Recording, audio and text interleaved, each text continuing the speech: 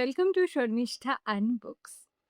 সত্যি কথা বলতে এই আন্ডাররেটেড বা হিডেন জেম এই কথাগুলো কিন্তু অ্যাকচুয়ালি একটু ট্রিকি।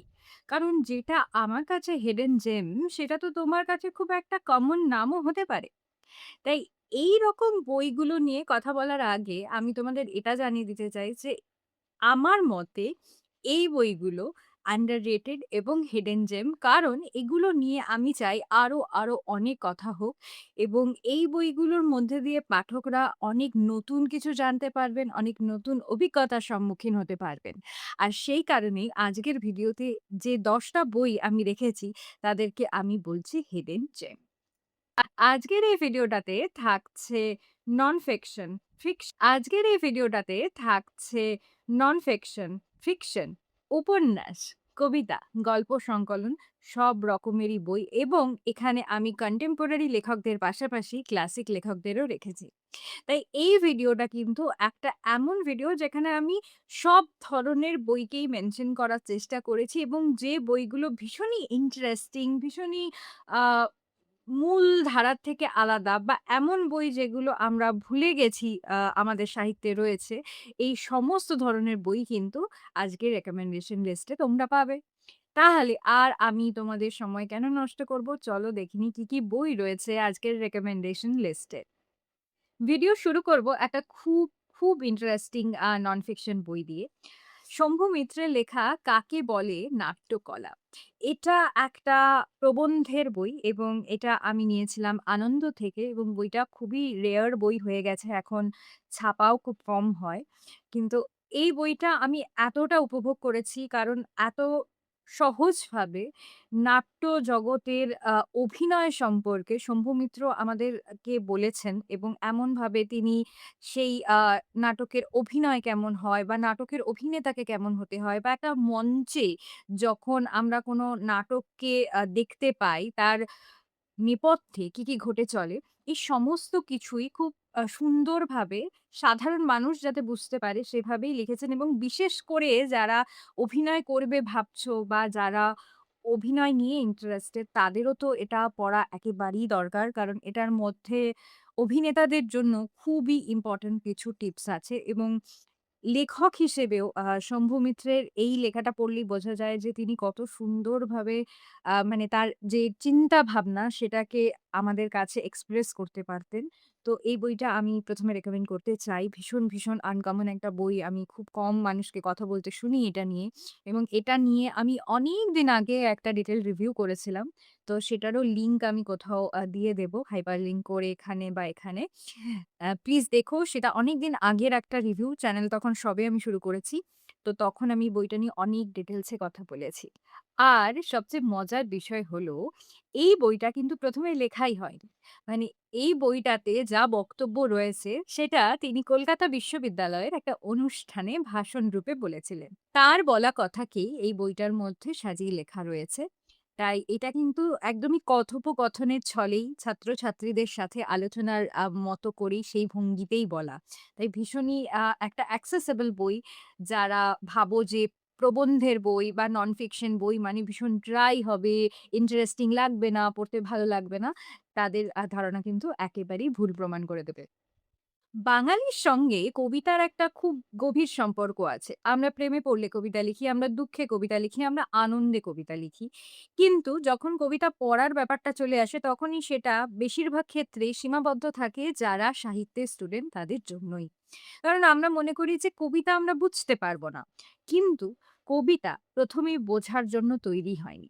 কবিতা তৈরি হয়েছে অনুভব করার জন্য। আর কবিতাকে বোঝার জন্য, কবিতাকে আম জানার জন্য ১ম এই কিন্তু এই অনুভূতিটা, কবিতার প্রতি একটা ভালোবাসা সেটা দরকার।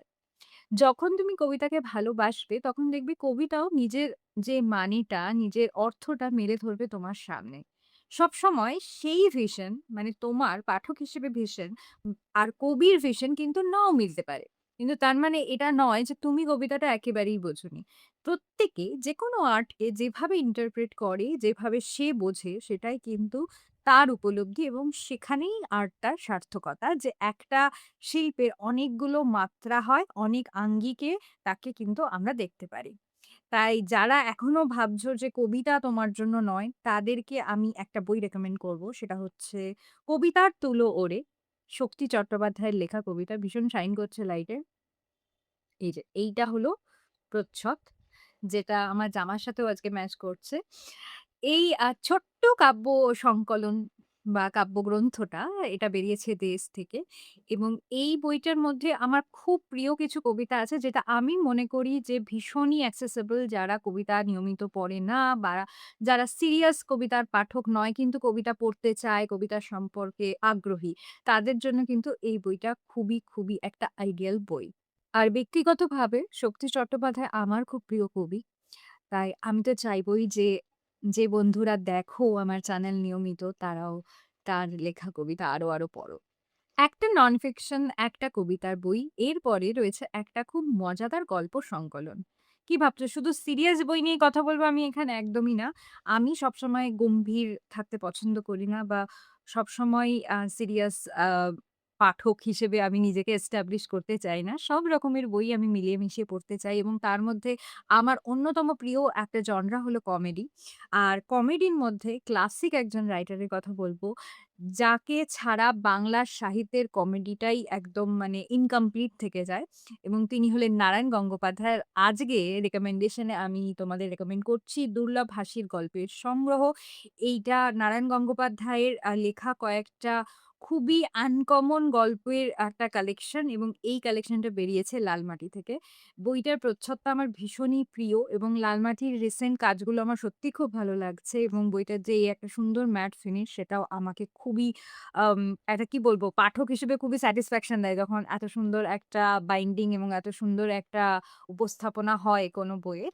এবং এই বইটার মধ্যে একটা সিরিয়াস ভূতের গল্প ছাড়া সবই কিন্তু কমেডি গল্প রয়েছে এবং প্যালারামের পার্সপেক্টিভ থেকে টেনিদার সেই বিখ্যাত প্যালারাম, তার পার্সপেক্টিভ থেকেও কিন্তু একটা গল্প রয়েছে যেখানে টেনিদা নেই। শুধু প্যালা আছে। তো যারা নারায়ণ গঙ্গোপাধ্যায়ের লেখা মানে পড়তে চাও, টেনিদা ছাড়া কিছুই পড়োনি, তারা কিন্তু এই বইটা পড়তে পারো। এই বইটা দিয়ে তারা অনেক তার লেখা এক্সপ্লোর করতে পারবে। আর সবচেয়ে মজার ব্যাপার হলো যে আম নারায়ণ গঙ্গোপাধ্যায়ের বাকি যে গল্প সংকলনগুলো সেগুলো সবই সমগ্র আকারে রয়েছে এবং সেগুলো অনেকটাই বড় এবং অতটা বড় কমিটমেন্ট যদি তুমি দিতে না চাও, যদি তুমি নারায়ণ গঙ্গোপাধ্যায়ের লেখার স্টাইলের সাথে, তার হিউমরের সাথে পরিচিত হতে চাও, তাহলে অবশ্যই এই বইটা ট্রাই করো। কমেডির জনরাতেই আমার আরো একজন খুব প্রিয় লেখক হলেন শিবরাম চক্রবর্তী এবং তিনি আমাকে লেখক হিসেবে ভীষণ ইন্সপায়ার করেন সবসময় এবং এমন একজন লেখক যে আজকের দিনেও তার লেখা যখন তুমি পড়বে, বিশেষ করে তার রাজনৈতিক যে স্যাটায়ার গুলো, সেগুলো পড়লে দেখবে যে কতটা রিলেটেবল এখনো রয়েছে সেই ঘটনাগুলোই বা সেই দৃষ্টিভঙ্গিগুলোই। একটা লেখা তো তখনই ক্লাসিক হয়ে যায় যেটা যুগের পর যুগ ধরে, সময়ের পর সময় ধরে ততটাই প্রাসঙ্গিক থাকে যতটা সেটা যখন লেখা হয়েছিল তখন ছিল। আইকনিক চরিত্র বললেই হয়তো তোমার আমার মনে সবার ১ম এ আসে হর্ষবর্ধন আর গোবর্ধনের কথা। কিন্তু হর্ষবর্ধন, গোবর্ধন ছাড়াও আরেকটা খুবই ইন্টারেস্টিং মজাদার ক্যারেক্টার তিনি তৈরি করেছিলেন যার নাম ছিল কল্কে কাশী। এবং কল্কে কাশী আ ইন্সপায়ার্ড হচ্ছে মনোরঞ্জন ভট্টাচার্যের লেখা সিরিয়াস একটা ডিটেকটিভ সিরিজ যেটা গোয়েন্দা হুকা কাশীকে নিয়ে ফিচার করা এই গোয়েন্দা সিরিজটা থেকে। হুকাকাশি কিন্তু আ একজন জাপানি আ গোয়েন্দা কিন্তু তিনি এখানে সব কেস সলভ করেন। কিন্তু কল্কে কাশি একেবারে খাঁটি বাঙালি একজন গোয়েন্দা এবং তাকে নিয়ে লেখাগুলো কিন্তু ওই ডিটেকটিভ হলেও অ্যাকচুয়ালি কমেডিক লেখা। এবং আমি যে সংকলনটা রেকমেন্ড করব সেটা হলো কল্কে কাশির গোয়েন্দাগিরি। এটা সপ্তর্ষি থেকে আমি নিয়েছিলাম। আ আমি এটা খুবই এনজয় করেছি।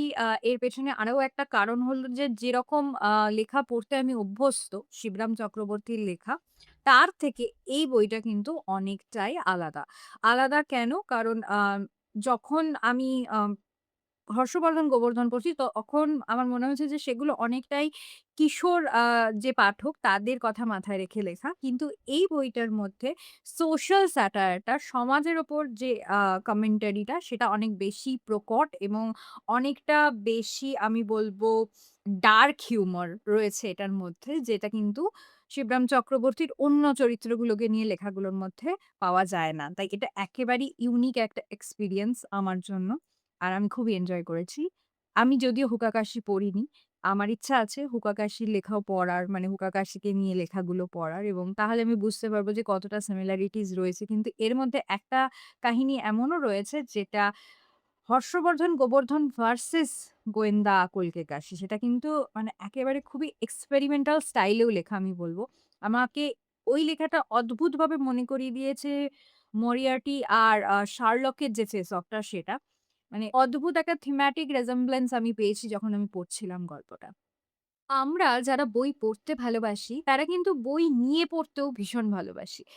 আমার ব্যক্তিগত অভিজ্ঞতা থেকে বলব যে, যেকোনো বই যেটা বই রিলেটেড হয় বা বইকে ভালোবেসে বা বই সংগ্রহকে ভালোবেসে, বই পড়াকে নিয়ে লেখা থাকে, সেগুলো আমার পড়তে ভীষণই ভালো লাগে। এটা বাংলা হোক কিংবা ইংরেজি। তো সেইরকমই একটা বই, সেটা হলো বই পড়া, বই পাড়া, যেটা লিখেছেন অরুণ সেন এবং যেটা আমি নিয়েছিলাম প্রতিক্ষণ থেকে, এবং যেটার কভার ডিজাইন করেছেন স্বনামধন্য শিল্পী, লেখক, কবি, সাহিত্যিক পূর্ণেন্দু পত্রী। এই বইটা আমি মনে করি ভীষণ আন্ডাররেটেড।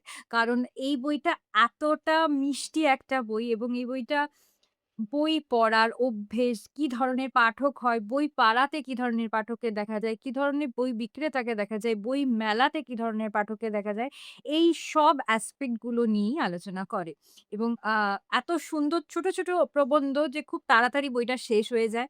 আমি তো বইটা মানে মনে হয় ২-৩ দিনের মধ্যে পড়ে ফেলেছিলাম, এবং যাদের হাতে সময় খুব কম, ২-১ টা ছোট প্রবন্ধ যারা আসতে যেতে পথেও পড়ে নিতে পারো, তাদের জন্য কিন্তু এই বইটা খুবই ভালো বই। কারণ আমি চাই যে সবাই বই পড়ুক। আমি চাই বই পড়াকে প্রমোট করতে। আর বই পড়াকে প্রমোট করার জন্য আমি সবসময় রিডারদের পাশাপাশি নন রিডারদের কথাও মাথায় রাখি, এবং তাদের যাতে বইমুখী করা যায় সেই ব্যাপারটা আমি সবসময় খেয়াল রাখার চেষ্টা করি।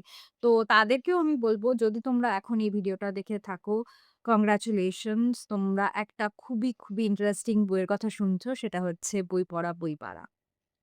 এবং এটার মধ্যেও কিন্তু পূর্ণেন্দু পত্রীরই করা অনেক সুন্দর মানে আঁকা রয়েছে, যেগুলো তোমার বই পড়ার এক্সপেরিয়েন্সকে আরো অনেক এনহ্যান্স করবে। অনেক ভালো লাগবে এই বইগুলো পড়তে, এবং যারা বই পড়তে অলরেডি ভালোবাসো তারা তো অবশ্যই এটা পড়ো। এটা মিস করো না একদমই। ভীষণ সুন্দর একটা বই। আবারও একটা ক্লাসিক গল্প সংকলনের কথা বলি।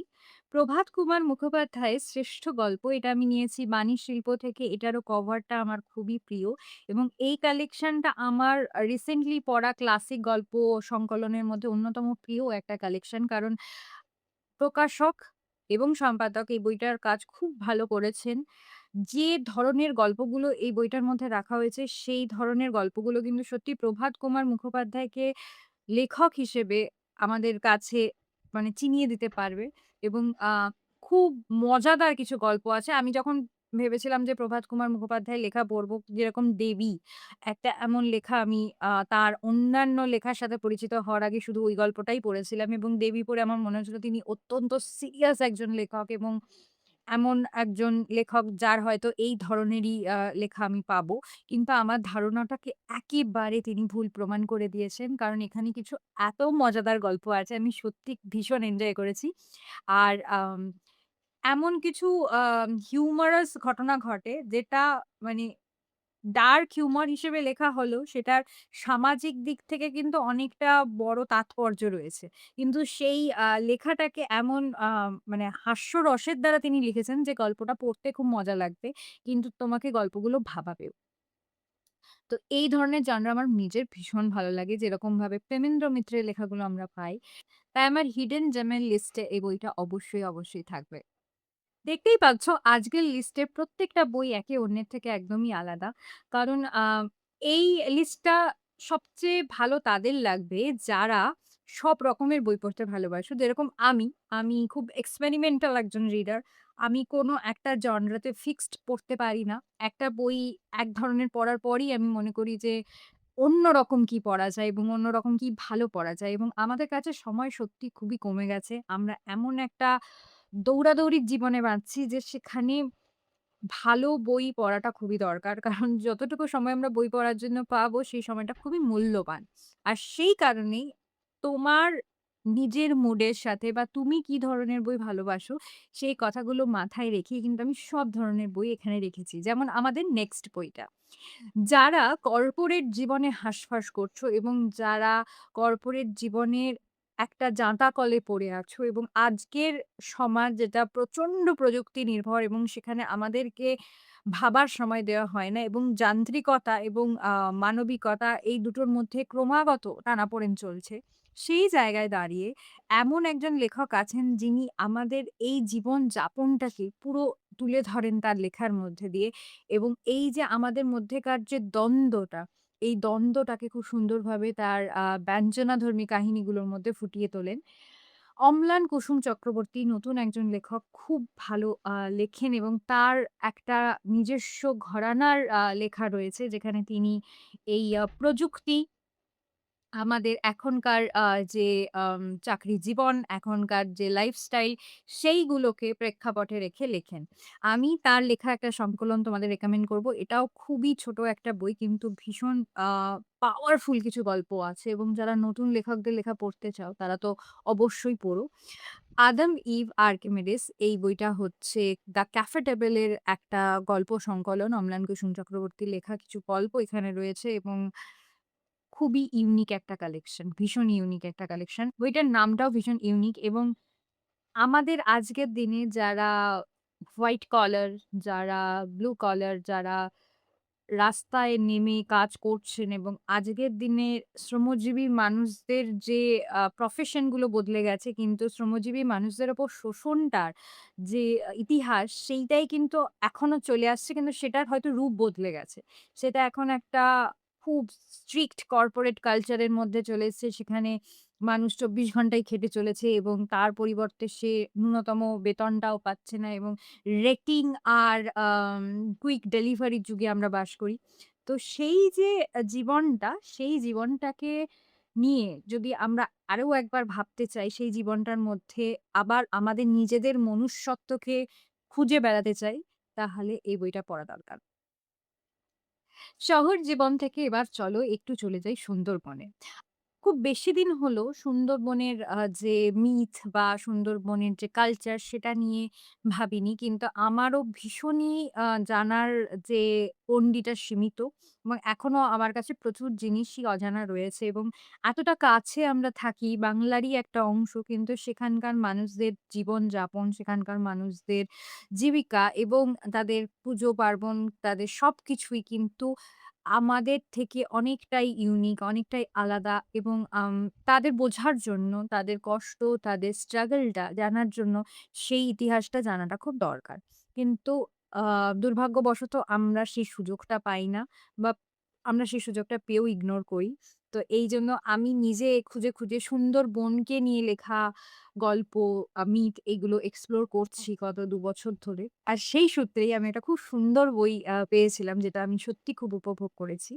সেটা হলো 'বাঘা চাঁদের কথা কাব্য' লিখেছেন অনিল ঘোষ। সত্যি বলতে বইটা যখন আমি ১ম নিয়েছিলাম আমি ভেবেছিলাম এটা একটা উপন্যাস। আমি জানতাম না যে এটা ওখানেরই প্রচলিত একজন মিথিক্যাল চরিত্র যার নাম বাঘা চাঁদ। যাকে মনে করা হয় যে সে জঙ্গলের যে বাঘ তাকে মেরে বসতি স্থাপন করেছিল সুন্দরবনে। সুন্দরবনে যারা বাস করেন তাদের পূর্বপুরুষরা এই বাঘা চাঁদের সঙ্গেই এসেছে। তো এই বাঘা চাঁদ কি করে সুন্দরবনে মানুষের বসতি তৈরি করলো, কি করে মানুষ সেখানে এলো এবং কিভাবে সেই বাঘা চাঁদেরও যে রাজত্বের যুগটা চলে গেল এবং মানুষের মধ্যে দ্বন্দ্ব দেখা দিল, বিভেদ দেখা দিল, ধর্ম ঢুকে গেল। এই সবকিছুই কিন্তু এই চরিত্রটাকে নিয়ে লেখা কাহিনীগুলোর মধ্যে দিয়ে অনিল ঘোষ দেখিয়েছেন। এটাও এমন একটা নন ফিকশন যে পড়তে, পড়তে তোমার একবারও মনে হবে না যে তুমি একটা নন ফিকশন পড়ছো। মনে হবে তুমি অ্যাকচুয়ালি একটা ফোকলোর পড়ছো, একটা লোককথা পড়ছো। এতটাই সুন্দরভাবে লেখা এবং এর মধ্যে খুব সুন্দর, সুন্দর ছবি আছে। এটা আমি নিয়েছিলাম সুপ্রকাশ থেকে। এটা পড়তে, পড়তে আমার মঙ্গল কাব্যের কথা খুব মনে পড়ছিল। কারণ একটা স্টাইল আছে এই লেখাগুলোর মধ্যে যেখানে আম কল্পনা এবং ইতিহাস দুটো মিলেমিশে যায় এবং সেভাবেই তো মিথ তৈরি হয়। তো যে জিনিসটা আমার সবচেয়ে ভালো লেগেছে এই যে বাঘা চাঁদ একটা মিস্টেরিয়াস ফিগার একটা চরিত্র এমন যে এত বীর যে সে একা খালি হাতে বাঘের সাথে লড়েছিল এবং এইখানে মানুষের সাথে প্রকৃতির যে সম্পর্ক এবং সুন্দরবনে বসবাস করার জন্য মানুষকে কিভাবে চলতে হয় বা সেই যে মেন্টালিটি সেইটা কিন্তু আমাদের শহুরে মেন্টালিটি থেকে অনেকটাই আলাদা। এবং যখনই আমাদের মধ্যেকার যে বিষাক্ত ভেদাভেদ, আমাদের মধ্যেকার যে শ্রেণী বিভাজন, সেই বিষটা যখনই এই সমস্ত জায়গার মানুষের মধ্যে ঢুকে যাচ্ছে, তখনই কিন্তু এই পুরো স্ট্রাকচারটা, পুরো যে একটা সুন্দর সহমর্মিতা, একটা একসাথে বাঁচার যে একটা জীবন, সেইটা কিন্তু নষ্ট হয়ে যাচ্ছে। এবং সেটা কিভাবে গ্র্যাজুয়ালি খারাপ হচ্ছে, কিভাবে আস্তে, আস্তে সেটা খারাপের দিকে যাচ্ছে, সেইটা কিন্তু এই লেখাটার মধ্যে পাবে। কিন্তু একেবারেই মনে হবে না যে কোনো একটা ঐতিহাসিক ঘটনা বা কোনো একটা মিথকে নিয়ে রিসার্চ ধর্মী কিছু লেখা। খুব গল্পের মতো করেই লেখা। যেন আমরা বসে কাহিনী শুনছি একটা আ জায়গা তৈরি হওয়ার, একটা জায়গায় কি করে মানুষ বসবাস শুরু করলো তার কাহিনী। এরপরে যে বইটার কথা বলব সেটা আমি সম্প্রতি পড়েছি এবং আম সেটা নিয়েও আমি ডিটেইল রিভিউ করেছি। ভীষণই মুগ্ধ করেছে বইটা আমাকে। সেটা হলো 'জল বনের কাব্য' সরলা বসুর লেখা একটা স্মৃতিচারণা এবং এটা একটা নির্দিষ্ট সময়ের স্মৃতিচারণা। তিনি যখন ১১ বছর বয়সে তার স্বামীর সঙ্গে সুন্দরবনে যান, তখনকার তার যে অভিজ্ঞতা একজন বালিকা বধূ হিসেবে, সেই অভিজ্ঞতাটাই ভীষণ সুন্দরভাবে তিনি ব্যক্ত করেছেন এই বইটার মধ্যে। এই বইটার আমি পার্চমেন্ট থেকে নিয়েছি। ১ম এই বলব বইটার যে প্রচ্ছদটা এতটা মুগ্ধ করেছিল আমাকে যে বইটা এতদিন যে আমি কেন পড়িনি সেটা আমার আক্ষেপ। আবার এই বইটা যে আমি এখন পড়তে পেরেছি সেজন্য আমি নিজেকে খুবই, খুবই সৌভাগ্যবতী মনে করি। কারণ এত আ আন্তরিকভাবে সরলা দেবী লিখেছেন যে ১ম কথা একজন মহিলা সাহিত্যিকের লেখা ভ্রমণ কাহিনী সত্যি খুব কম আমরা পড়তে পারি এবং আমার যে রিভিউ ভিডিওটাতেও আমার একজন সাবস্ক্রাইবার বন্ধু এটা বলেছেন যে, সত্যি খুব কম এই পার্সপেক্টিভটা আমরা পাই যে একজন মহিলার কলম থেকে আ একটা নতুন জায়গাকে দেখা। কারণ যে সময়ের এই বইটা সেই সময়ে মেয়েদের বাইরে যাওয়ার এবং মেয়েদের নিজের গণ্ডির বাইরে বেরোনোর অবকাশটাই খুব কম ছিল।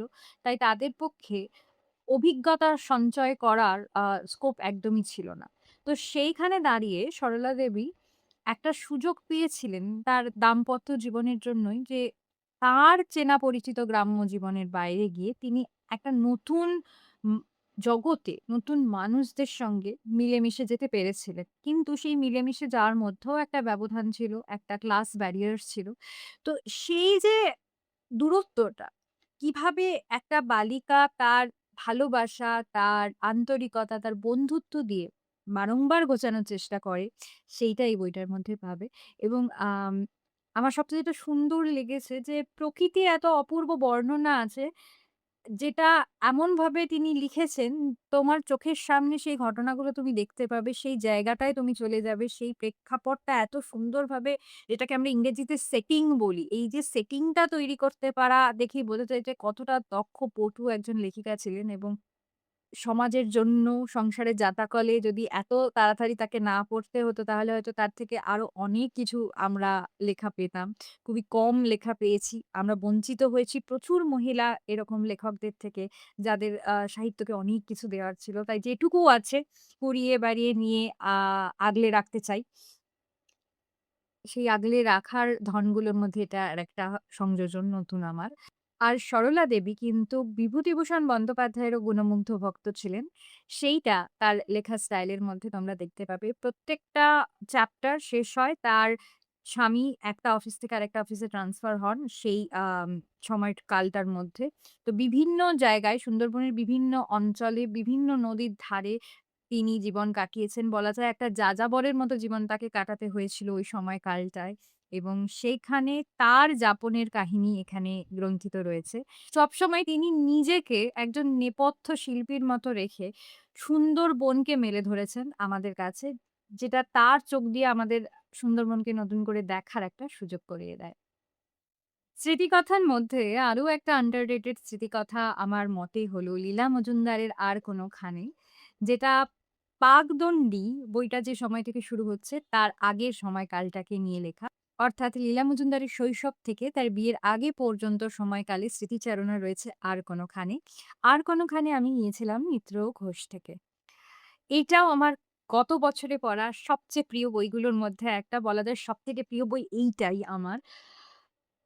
এখানে লীলা মজুমদারের যে শৈশবে তারা যে শিলংয়ে দিন কাটাতেন এবং সেখান থেকে তারা কলকাতা শহরে চলে আসেন বাবার চাকরি সূত্রে এবং তাদের পরিবারের সঙ্গে সুকুমার রায়, উপেন্দ্রকিশোর রায়চৌধুরীর পরিবারের যে একটা খুব নিবিড় সম্পর্ক ছিল আত্মীয়তার, সেই সম্পর্কের কথা এবং সেইসব মানুষগুলো যাদেরকে আমরা আজকে সেইসব মানুষগুলো যাদেরকে আমরা আজকে মহাপুরুষ হিসেবে জানি তাদের একদম শৈশবের কথা তারা একেবারে ঘরের দাদা যখন ছিল, তাদের নিয়ে মানে সত্যজিৎ রায় যখন ছোট্ট মানিক ছিল, সেই সময়কারও স্মৃতিচারণা কিন্তু এই বইটার মধ্যে পাওয়া যায়।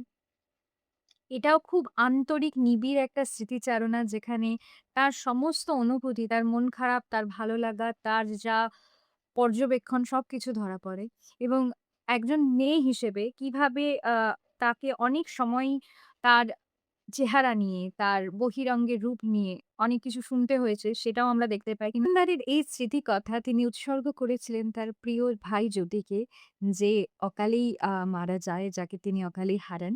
এবং এই উৎসর্গটা আমি একটু পড়তে চাই কারণ এই উৎসর্গ অংশটা আমার ভীষণই প্রিয়। এই বইখানি আমি আমার সবচেয়ে ছোট ভাই জ্যোতির স্মৃতিতে উৎসর্গ করলাম। যে ছিল আমাদের মধ্যে সবচাইতে সুন্দর ও সবচাইতে দুঃখী। কিন্তু তার অন্তরে যে দীপশিখাটি নিরন্তর জ্বলত, তার আলোতে আজও আমি পথ দেখতে পাই।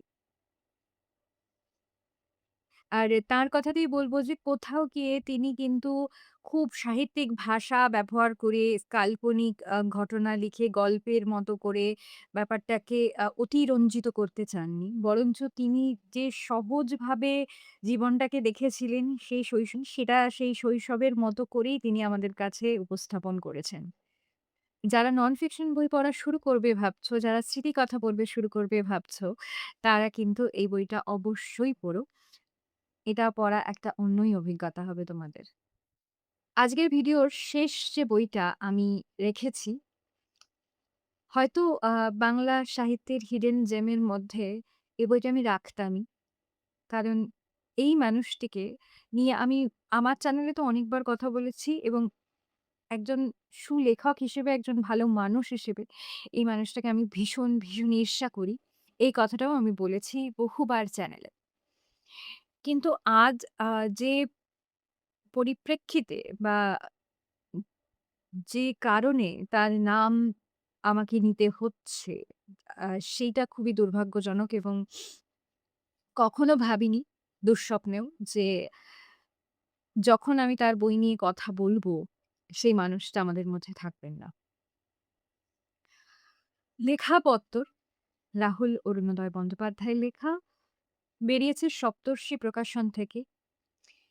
এটাই আমার ১ম পড়া অরুণোদয়ের লেখা বই এবং তাকে লেখক হিসেবে আমি ১ম চিনেছিলাম এই বইটার মধ্যে দিয়ে। যদিও তার আগে অনেক লেখাই তার পড়েছিলাম যেগুলো হচ্ছে আম এরকমই প্রবন্ধ এবং তার লেখার মধ্যে 90s যে কি তাদের নস্টালজিয়া সেটা এত সুন্দরভাবে ফুটে ওঠে এবং বহুবার আমি চ্যানেলে বলেছি যে তিনি ভীষণই একজন আন্ডাররেটেড লেখক আমাদের যুগে। আর আমাদের দুর্ভাগ্য যে আমরা আর তার লেখা পাবো না এবং এমন একজন লেখককে আমরা হারিয়েছি, বাংলার সাহিত্য হারিয়েছে, এমন একজন নির্ভীক বক্তাকে আমরা হারিয়েছি যে সেই ক্ষতিটা পূরণ কোনদিন হবে না। আমরা তাকে বাঁচিয়ে রাখতে পারি আম তার লেখা পড়ে।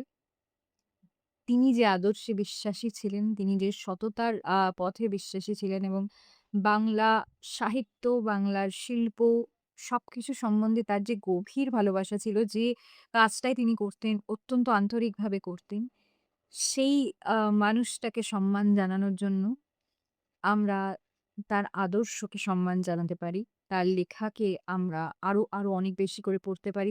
এমন একজন লেখক যিনি খুব সহজভাবে, খুব সাবলীলভাবে জীবনের এত রকমের অনুভূতি, জীবনের এত রকমের রং নিয়ে কথা বলেছেন, এত সুন্দরভাবে লিখেছেন। তার লেখার মধ্যে মেটাফোর গুলো এত অপূর্ব। সে থেকেই বোঝা যায় যে একজন গভীর সাহিত্যপ্রেমী না হলে এরকম লেখা লেখা যায় না। এবং জীবনকে তিনি যে লেন্সে দেখতেন সেই আ দৃষ্টিভঙ্গিটাও অন্য কোনো সমসাময়িক লেখকের লেখায় আমি পাইনি। এবং প্রবন্ধ লেখা খুবই ট্রিকি একটা ব্যাপার। কারণ যেকোনো মানুষকে গল্প না বলেও আমার মনের ভাব বলা এবং তাকে সেটা পড়তে বাধ্য করা একটা খুব বড় চ্যালেঞ্জিং বিষয় আমার মনে হয় আজকের দিনে দাঁড়িয়ে। এবং সেই কাজটা তিনি এত সহজে করেছিলেন। এবং লেখক অরুণোদয় লেখার সাথে আমার পরিচয় হয় ২০২৩ সালে। আমি যখনই মেট্রোতে অফিসের জন্য ট্রাভেল করতাম, তখনই এই বইটা সঙ্গে ক্যারি করতাম এবং ব্যাগে রাখার কারণে বইটা একটু ছিঁড়েও গেছে। এবং সবাইকে আমি রেকমেন্ড করতাম যে প্লিজ, প্লিজ ওনার লেখা পড়ো। প্লিজ এত ভালো লেখা এবং আরো অনেক লেখা তার আসবে এবং আরো অনেক লেখা আমি পড়তে পারবো, এই আশাটা আমার মনে ছিল। এবং বই নিয়েই আমি থাকি, বই নিয়েই চর্চা করি। কোনো না কোনো একদিন এই বইয়ের সূত্রেই হয়তো তার সাথে সাক্ষাৎ হবে, আলাপ হবে, এই ইচ্ছাটা ছিল এবং এই আশাটা ছিল। কিন্তু আ সেটা হচ্ছে না। সবাইকে অনুরোধ করব, প্লিজ লেখক অরুণোদয়কে বাঁচিয়ে রাখো। শিল্পী রাহুলকে বাঁচিয়ে রাখো এবং দেখো কত বড় গদ্যকার ছিলেন আমাদের এই প্রিয় অভিনেতাটি। আজকের রেকমেন্ডেশন এখানেই শেষ করলাম। অবশ্যই তোমাদের কি মনে হলো, তোমাদের অনুভূতি আমার সাথে শেয়ার করে নিও। আর বইগুলোর মধ্যে কোনো বই যদি তোমার আগে পড়া থাকে বা কোনো বই যদি তুমি এই হিডেন জেমের লিস্টে অ্যাড করতে চাও, তাহলেও সেটা কমেন্ট বক্সে আমাদের সঙ্গে ভাগ করে নিও। বই পড়া চলতে থাকুক আর সাবধানে থাকো। খুব একটা ভালো সময় সত্যি যাচ্ছে না, তাও আশায় বাঁচতে চাই, কারণ ওই আশাটুকু ছাড়া মানুষের জীবনে তো আর কিচ্ছু নেই। দেখা হবে।